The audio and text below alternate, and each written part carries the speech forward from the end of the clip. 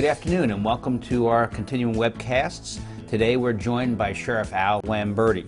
Many of you know Al Lamberti because he's been on the force for 34 years, working his way up through the ranks to run Hollywood, North Lauderdale, the Department of Detention, various entities throughout the BSO agency. But today we're here to talk about BSO. And so, Sheriff, welcome. Thank you, Ed. Appreciate you having me on today. And so, Sheriff, tell us a little bit about many of our viewers may not understand the scope and size of Broward Sheriff's Office. Please share with that. Well, and that's something I'm proud to talk about because we are the largest fully accredited sheriff's office, not in the state, but in America. And the average citizen in Broward County probably does not realize that. We have 6,000 employees. We operate the 13th largest jail system in the country as well.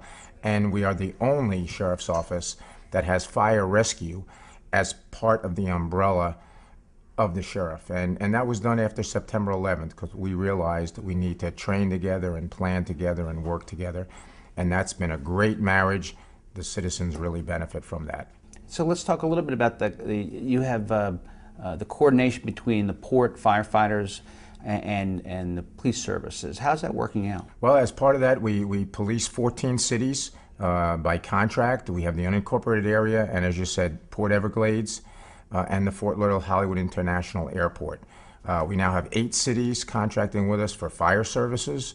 So all in all, it's tough to keep all the pieces working, but I'm proud of the men and women, the 6,000 men and women. They come to work every single day, 24 hours a day, 7 days a week, to protect the citizens of Broward. So has the integration of those services, has it allowed for a seamless transition, greater services for in a cost-effective way, or? Oh, absolutely, because the economies of scale, all those backroom costs, human resources, finance, purchasing. Number one, to have the purchasing power of 6,000 people, to have fire, the jail, and law enforcement all together.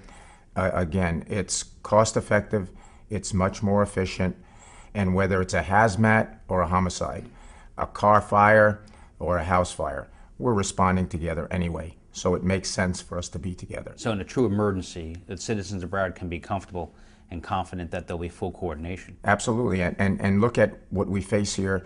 You know, terrorism is one thing, we're prepared, but we have other disasters, hurricanes, right, and they're regular in South Florida, but when a hurricane hits, it's police and fire working together. And if you're under the same agency, it works much better, you're prepared. And Sheriff, some of the initiatives, let's talk through what the Broward Sheriff's Office's focus is today. Give me some of the initiatives that you started. Well, I talk about the new age crimes. You know, where traditionally we handle auto thefts and bank robberies and those kind of cases, but now it's identity theft, it's cyber crime, it's prescription drug fraud.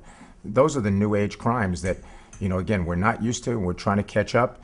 We traditionally haven't had resources for those, so we're trying to find resources within our existing structure to kind of address those things. And so address identity theft. How does the agency like BSO address such a kind of a new wave crime? Well, you have a greater probability of becoming a victim of identity theft than any other crime, but it's the one you can protect yourself from so easily. It's prevention. As an example, shredding. We get all kinds of documents at our house. Those prepaid credit card offers, our bills, our cell phone bills, insurance bills, everything has to be shredded. One of the things we started was our Shred-a-thon program, where we'll come to a community one Saturday a month. We have a huge shredder truck, and you just bring us everything. We'll shred it to you at no cost, and we provide that as a community service. That's the best way you can protect yourselves. The other thing, we try to educate, because it is about prevention.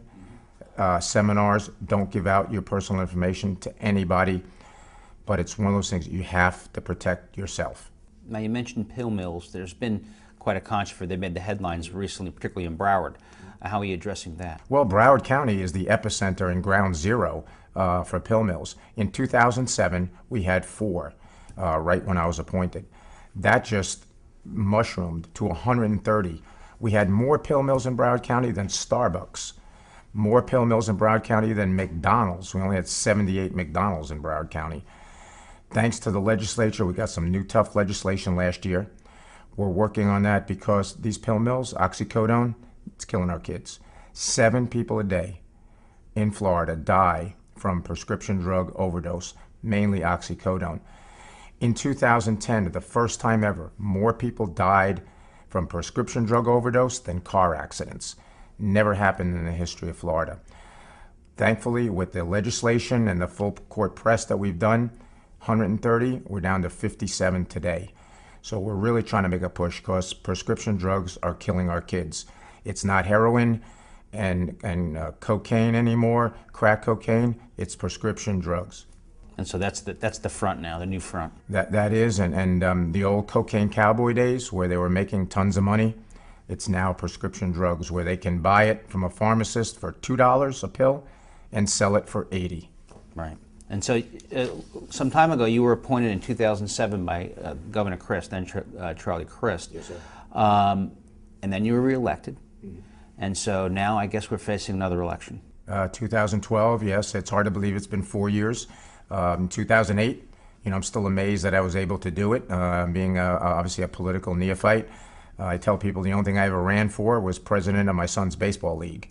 And then to come into something as scope of this, I'm proud of what we accomplished, and I'm looking forward to being reelected by the citizens of Broward County. Best lesson I learned from my mom: we're here to serve and not be served. And I want to continue to serve the residents of Broward County. Is that going to be the theme of the campaign? Yes, again, continuing what we're doing. We've got so many other initiatives like the cybercrime, like our gun squad. A lot of work yet to be done. And again, I'm proud that I'm the first sheriff that's ever come up through the ranks in Broward County history, 96 years. Been here 34 years, and I'm looking forward to taking the agency further. Okay. Well, we wish you the best of luck, and Sheriff Lamberti, thank you for joining us today. Thank you for the invitation, Ed. All right.